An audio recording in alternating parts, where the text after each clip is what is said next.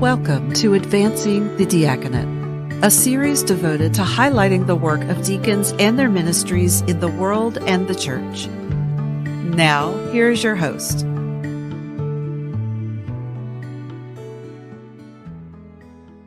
hello, everyone. I'm Deacon John Ray of the Episcopal Diocese of Atlanta, and welcome again to Advancing the Diaconate. This series, Advancing the Diaconate, is a joint endeavor of the Association for Episcopal Deacons and the Fund for the Diaconate.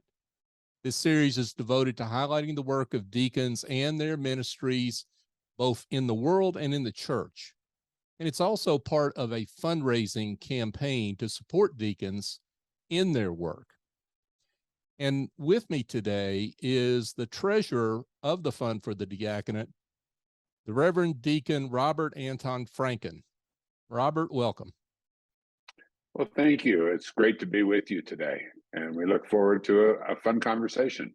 Yeah, I've been looking forward to this, Robert. And first of all, let's give everyone a little introduction to you and your work. Like we were chatting before we came on, I got a little winded reading your bio, so I want to let you give an introduction to you and particularly your call as a deacon. I was called to the diaconate in Alaska. I'd probably been playing with it while I was in the military before that, and in school before that. But I really felt called to the diaconate in Alaska, and was part of the first three at that time, permanent deacons ordained in the Diocese of Alaska, now deacons, since the adjective belongs to those that are passing through the diaconate, not to those that are in the diaconate as a part of their either career or their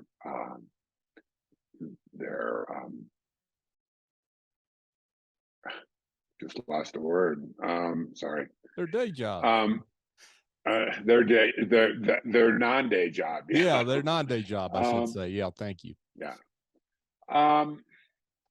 And that was back in 1984, a long time ago at this point. And I then went on to create a career.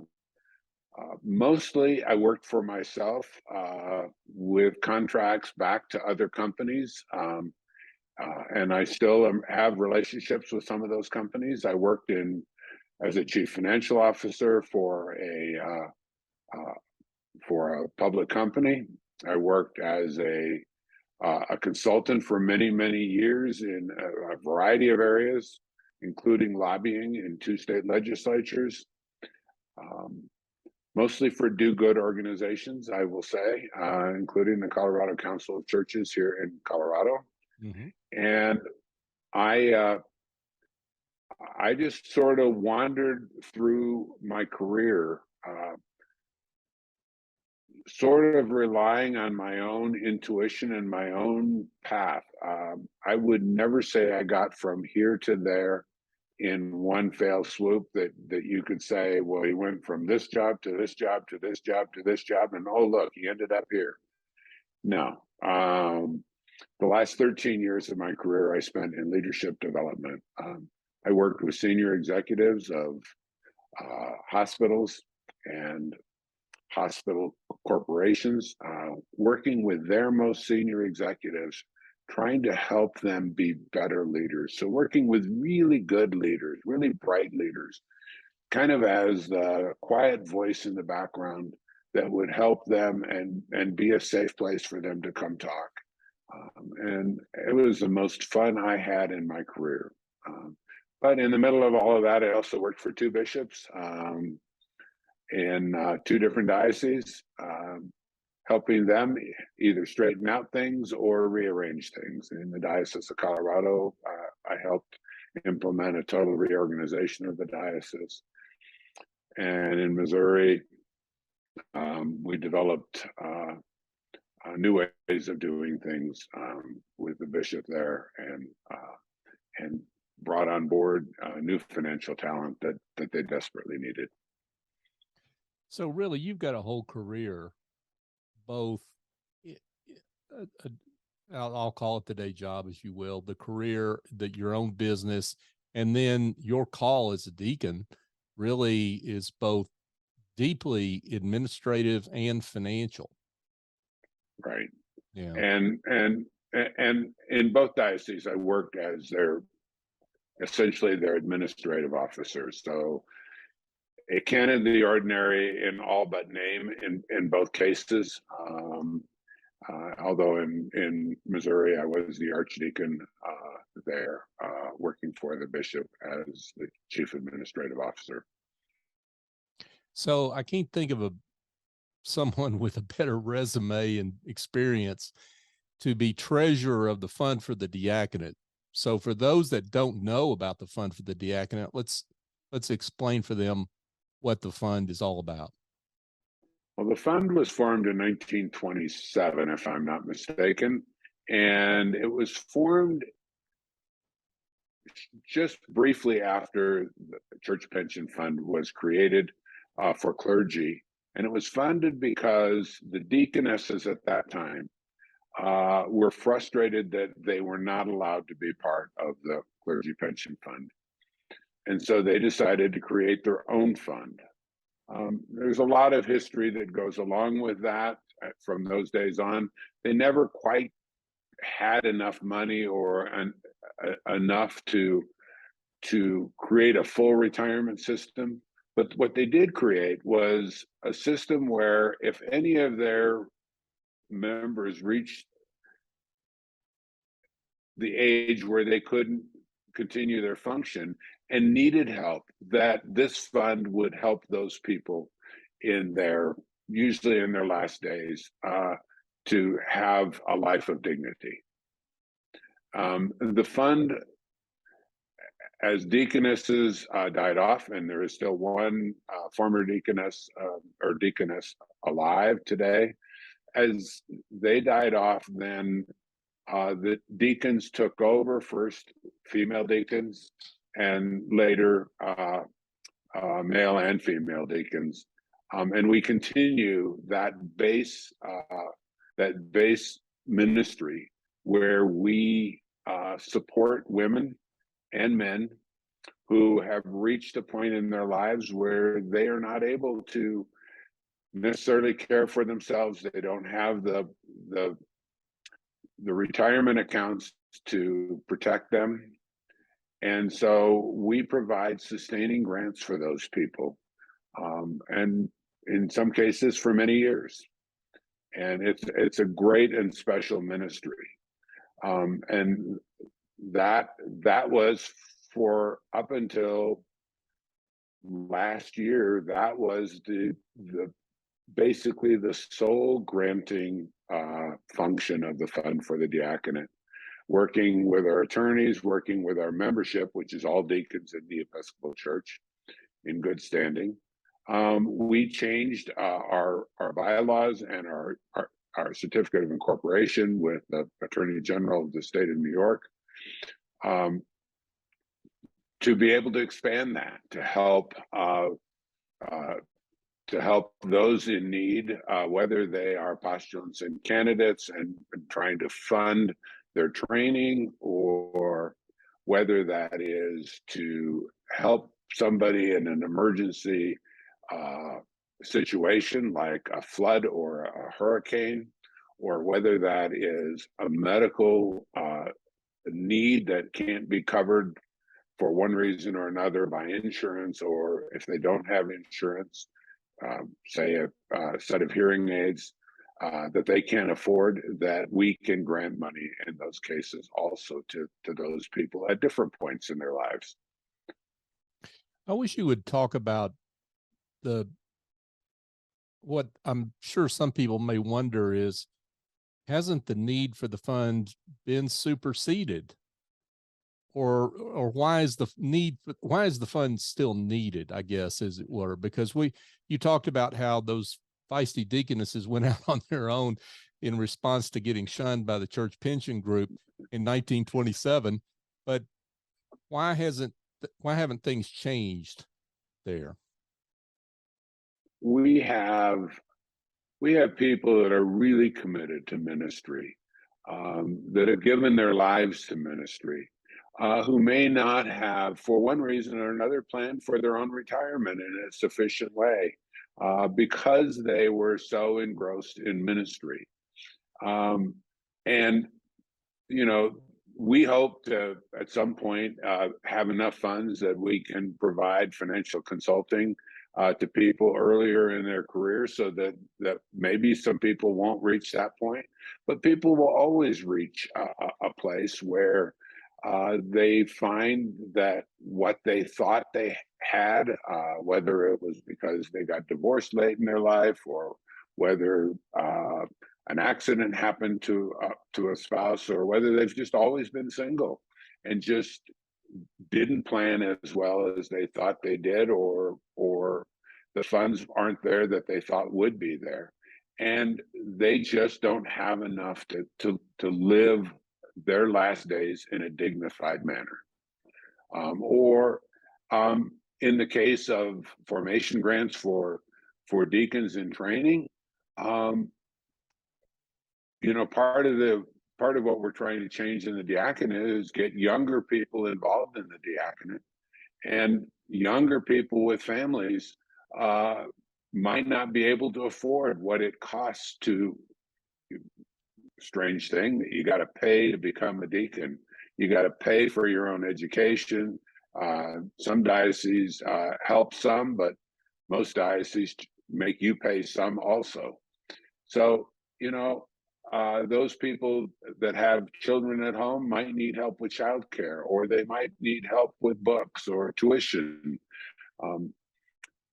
And so we need to find ways to help people at all points in their ministry, from the moment that they are called and that call has been affirmed by the diocese, up until the time that they die, that they pass on, that they will know that there is some version of a safety net out there. We work with their local diocese to ensure that people are in good standing, and that the need is real, and that in some cases we've also worked with their bishop to ensure that their bishop is helping them when the bishop did not know what needs they had. And just to be clear, so folks understand that may not know, non-stipendiary deacons still do not qualify for the church pension group, and so that's an issue, and that Right. deacons have in terms of financial planning that's available through the CPG, right, to clergy that are in that group, but not deacons that are not. Right. All deacons should be registered with church pension group at the time of their ordination by their diocese, because the church pension group is also the recorder of ordinations for the Episcopal Church, of all ordinations. So all persons ought to be registered with church pension group. But because church pension group runs a pension fund, they cannot use pension fund dollars for things that are non-pension funds. So a deacon who doesn't receive any funds from their congregation that are subject to pension is not eligible for any of the programs that CPG offers, which is one of the reasons why we worked so hard with AED and the church pension group to encourage a change in the way that church pension group manages and who can be considered an active member. And at this point, anybody who receives $25 or more for at least 6 months, that money is subject to church pension fund 18% withholding for the congregation or the organization that they work for. And that person now becomes eligible for other programs that church pension fund offers to clergy. So that's a major change over the last, I don't know, 2.5 years.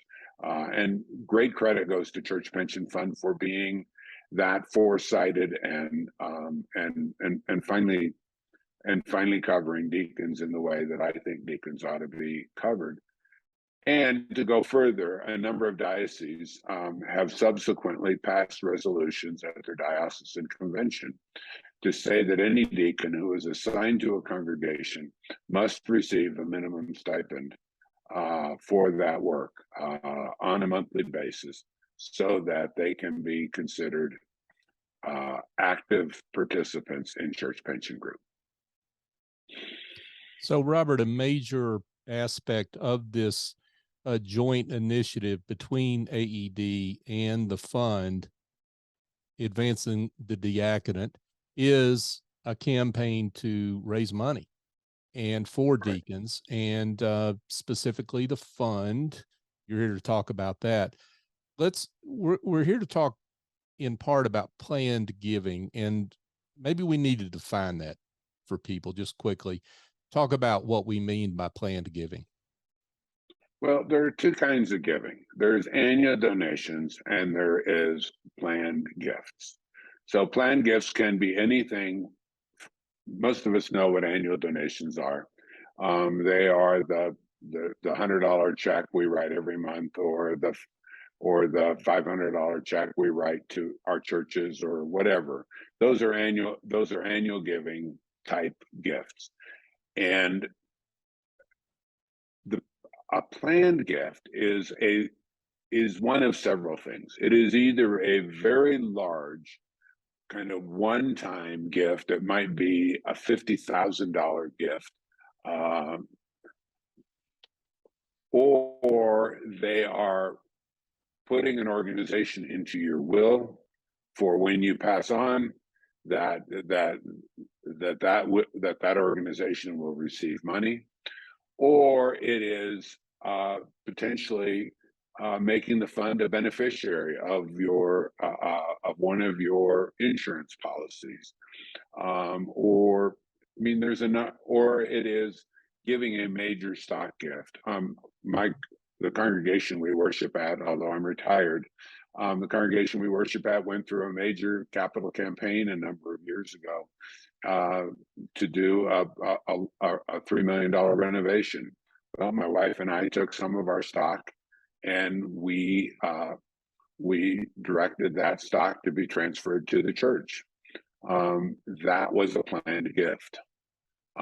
So planned gifts are larger gifts.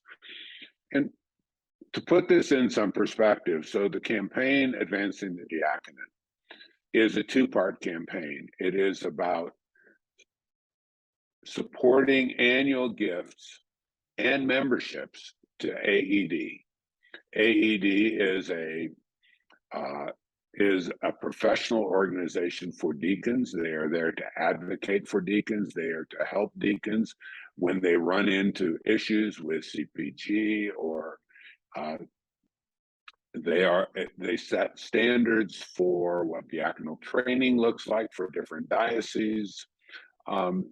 They have a whole series of functions that are there to support deacons in their everyday ministry, day by day. They produce newsletters and they're always there to support a deacon in their everyday ministry. The fund for the diaconate is different in that it doesn't solicit or really look for day-to-day contributions. What we're looking for is being there for the next generation of deacons, and 5 or 6 or 10 generations from now. We're really there for the long haul. We're there as a place for somebody to know that their legacy can be that they make things possible for deacons in the future beyond their life. It's a great opportunity to share to gift to someone into the future. One of the great images I had came from a priest that I served with many years ago, and we were at a funeral, and it was a beloved member of the congregation. And as he was talking in the sermon, he said, "You know, when we come forward to communion and kneel at this communion rail, yes, we are here together. But if you look to the left, you can see all of the people who came before us. And they are there at the rail with us as it extends into eternity. And as you look to the right, there are all the people who have not yet been born, who are stretching out into eternity and kneeling with us. And we are all there together." Well, AED is there for the deacon today. The fund is there for the deacons of tomorrow and all the tomorrows beyond. Wow. What a striking image, Robert. Thank you for that. Let's talk about who should consider planned giving to the fund. And let's be clear on one thing real quick, that folks need to, you've mentioned a few things where, like having a will done, where people need to consult with their financial advisor, their financial professional, their attorney, what have you, right? So we need to put that out there for folks when they're thinking about some of the things we're talking about here. I would say that the fund has been in my will for quite a number of years now. And I would encourage every deacon in the church, regardless of whether you have a little or a lot, that you put the fund in your will. Every one of us should have a will. If we don't have a will, what happens is the state decides who gets what of your money or your assets or your home or whatever. And we don't want to leave things for the state to decide who gets things. The best way to do things is to ensure that you have a will.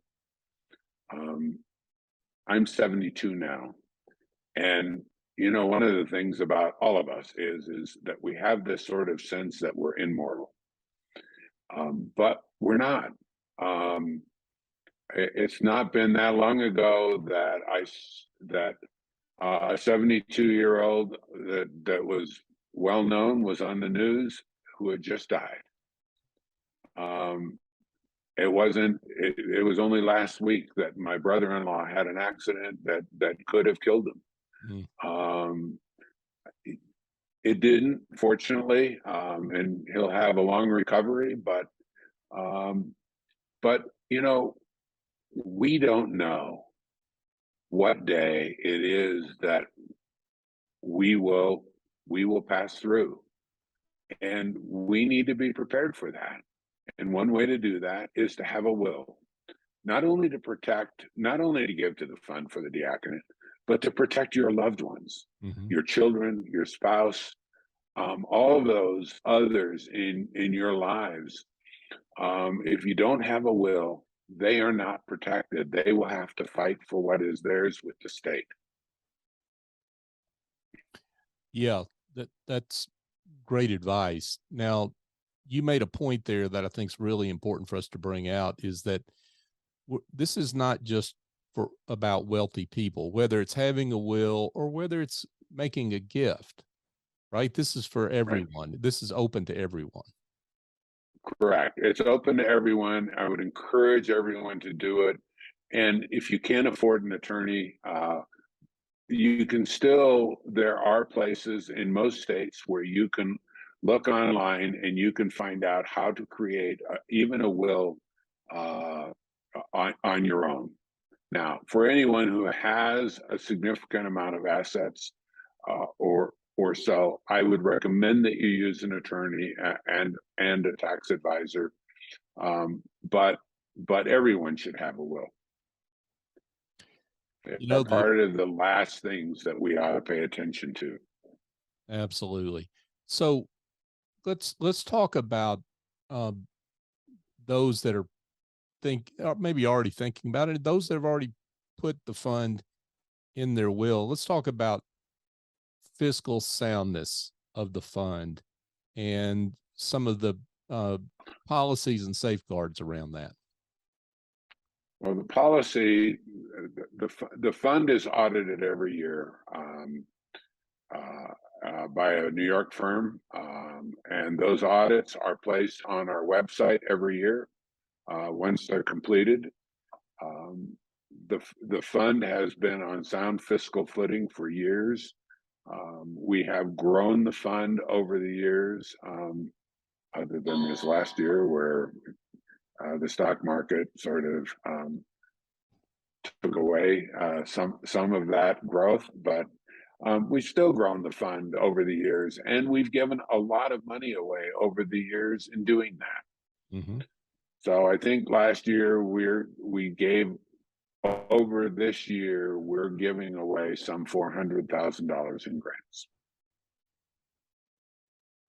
And that management is well supervised, the management of those assets as well, right? Right. We have an investment committee, and we work with Bessemer Trust in New York that manages our money, a very reputable organization.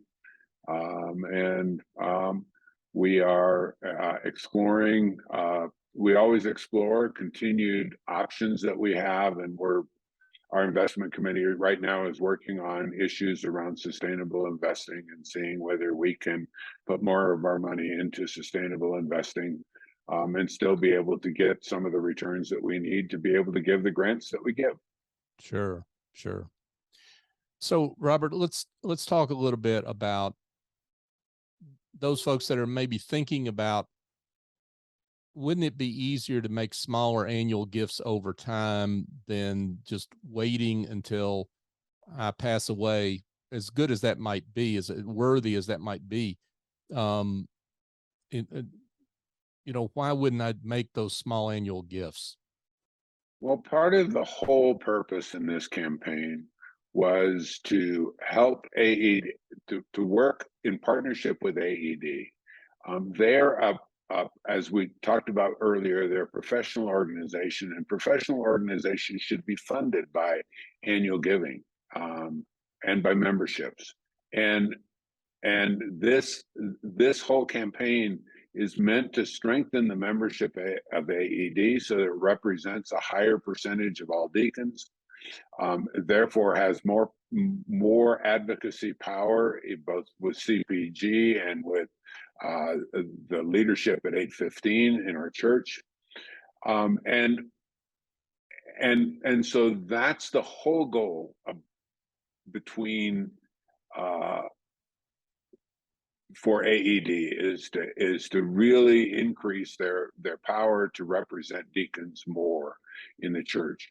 Our goal is really to build a corpus that is large enough that we can continue to support deacons well into the future. And so for us to receive a $50 gift, although it's important, it doesn't really add to our corpus. But for us to receive a $3,000 gift that we can add to our corpus then generates money every year over the life of the organization. So it's really about how best we can serve the future of the diaconate, and yes, we may not get some of these bequests or planned gifts for 20 years, but that's okay. That's when the fund will need it, and that's when the fund will use that money as income and growth to the fund. And this is as you said, this is a both and situation. So this is not one or the other. One's better than the other. This is a both Right. and situation, both, as you said, both today and tomorrow. Yeah, we believe firmly that the combination of AED and the fund for the diaconate ensures that deacons are well cared for in this church in a way that's maybe the church hasn't always done for the diaconate. Well, I'm going to dig into that because that may come as a surprise to people that just don't know, right? That maybe deacons have not been cared for. And I wish you would talk a little bit more about that. And we've talked about some examples of fund beneficiaries, but it goes beyond just beneficiaries from the fund, right? Right. I think for so many years, and I've been a member of some predecessor organization to AED since probably 1980 or somewhere near there. And there's almost been a badge of courage that we're non-stipendiary. We don't get paid. We don't get anything from the church. We just give, and that's our strength. Although there's a lot to be said for that, often deacons would serve, 10, 20 hours a week and not get anything back from the church at all, including diocesan convention or their own expenses back. That it became, it's developed into kind of this model where the church doesn't take the responsibility that I think it sometimes should take for deacons, which is one of the reasons I'm a strong supporter of these resolutions to pay deacons a minimal compensation, whether it's $25 or $50 a month as sort of an honoraria. It also works to hold deacons accountable to someone and to something. And I think, I spent my career in leadership development. Accountability is a huge issue in today's leadership. And so I actually believe there's a dual benefit. The deacons become accountable to something, and the church says we care about something for you. I think over the next 10, 20 years, there will be more reevaluation of deacons and what their role in the church is and how they are compensated. But I think that's grist for a different conversation. For sure. I think what we're underlining here, though, just to be clear for folks, is that we are trying within this campaign to move the needle a little bit toward younger deacons that have a difficult time even paying what you've got to pay to become a deacon.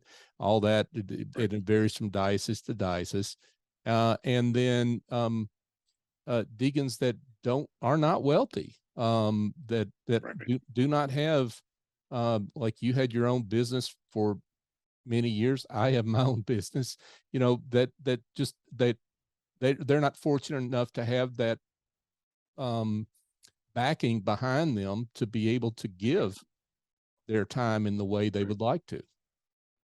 And some are so dedicated that they do that dedication and serve as deacons, probably to their own peril of their own financial stability. And I can't fault them for that. That's the call that they have from God, and that's the responsibility they have now. Should their congregations know more about who they are and what their needs are? Yes. Should their bishops know more about who they are and what their needs are? Yes. I think we're working together hand in hand with dioceses. As people come to us and say we have needs, we immediately go to their bishop and have a conversation to make sure that there's greater awareness, greater transparency about who their deacons are, and we can help provide some of that.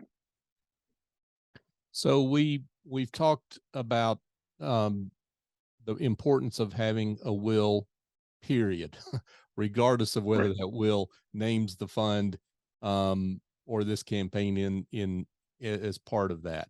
Regardless, everyone needs to have a will. But and then beyond that, those that are want to include the fund in their will, we've talked about the different ways you can make bequest.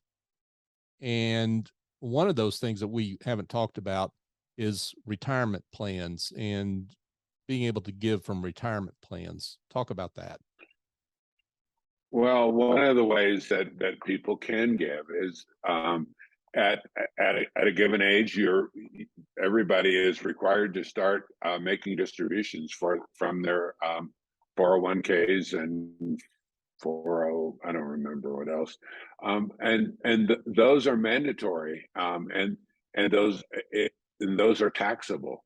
Well, if you don't need that money, one of the things that you can do is I think up to I want to say up to $100,000 a year, you can give that to a not-for-profit, such as the Fund for the Diaconate, and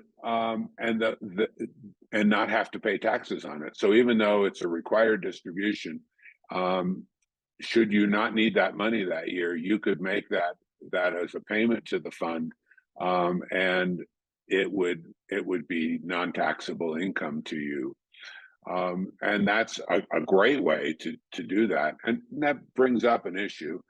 We are a certified not-for-profit under the laws of the United States, a 501c3. We're also a not-for-profit in the state of New York, under the management of the Attorney General of the state of New York. So when we file our 990 every year, which is public information and also posted on our website and gives our financial status. We also file a Char 500 with the state of New York, so they oversee our not-for-profit status. So again, more protection and more ways to be sure that we're a solid organization. And just to, again, these get into, 15 and $20 words here, big words, but it's important to understand the differences, and because it gives people options to think about. The bequest is what you were just talking about, correct? I mean, when you Right. say bequest, that's what you were talking about, with the bequest from a fund or right, either through a will or through an insurance policy, where with a lot of insurance policies, you can list multiple beneficiaries, and you could say your kids get 3/4 of your insurance policy, but you could make the fund a beneficiary of 25% of your insurance policy. That's a bequest. What you put in a will, and then like in my will, some percentage of my estate goes to the fund. That's a bequest. There is also so that's the clean and easy way to think about it. You can also make the fund a beneficiary of your of an insurance policy. So they're just slightly different terms, but they end up doing very much the same thing. Right. And here's another case where it's really important for people, if they haven't looked at that in a long time, to find out who their beneficiaries are in those life insurance policies they've had for a long time, or that retirement plan or 401k, because their life has changed, and they may be surprised to see that really hasn't come along and updated like it should with their current life circumstances. right? Everybody should look at their life insurance policies and their wills on a regular basis. If you move states, you should have a new will drafted, because state laws are different from state to state. But you should know and keep some kind of a regular check on who's in your beneficiaries in your insurance policies, and are they the ones you really want, and who's in your will, who are the executors of your will. Those are things that you ought to pay attention to. And you know what? I don't know about the Diocese of Colorado, but I know in the Diocese of Atlanta, we've got a lot of attorneys that are Episcopalian. So if you folks, if you need help with finding an attorney, there's probably somebody in your local parish that could help you there. Right. It is.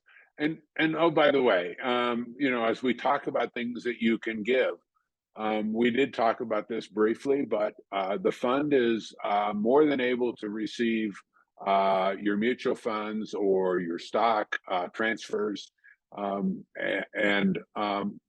that is another way in which you can make a planned gift to the fund. Money that Aunt Dorothy gave you, or stock that Aunt Dorothy gave you that you haven't touched in 25 years and probably don't need in your retirement account. If you want to give that to the fund, we are more than happy to accept that. Well, Robert, this has been great. And I can't imagine that there aren't some folks that would like to know more. Maybe they've got some specific questions that they might have about their own situation. So are you open to those inquiries? And if so, how can folks be in touch with you? Well, I hope you'll be able to put this on the screen, but you can reach me through treasurer at fundfordiaconate.org.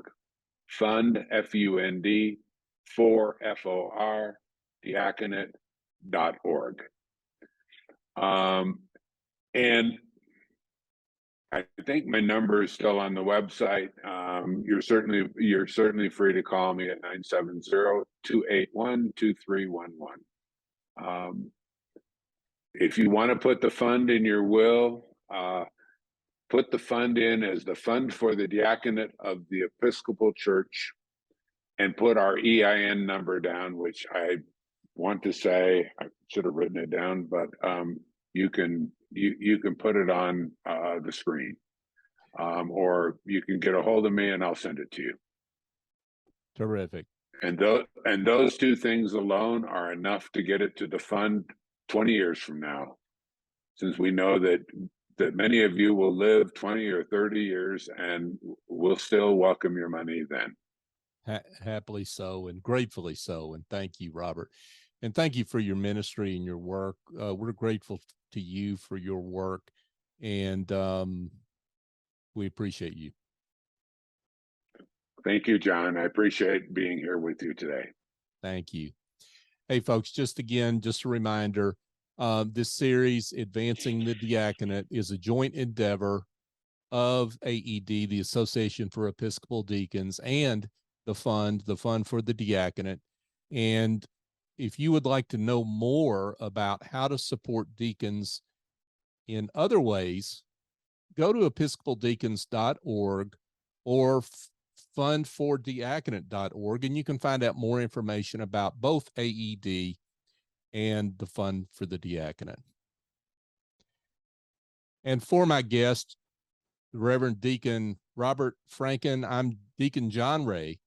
Join us next time on Advancing the Diaconate. Thank you for joining us on Advancing the Diaconate. This series is a joint production of the Association for Episcopal Deacons and the Fund for the Diaconate, who support deacons and their ministries today and tomorrow. Join them and add your support for deacons.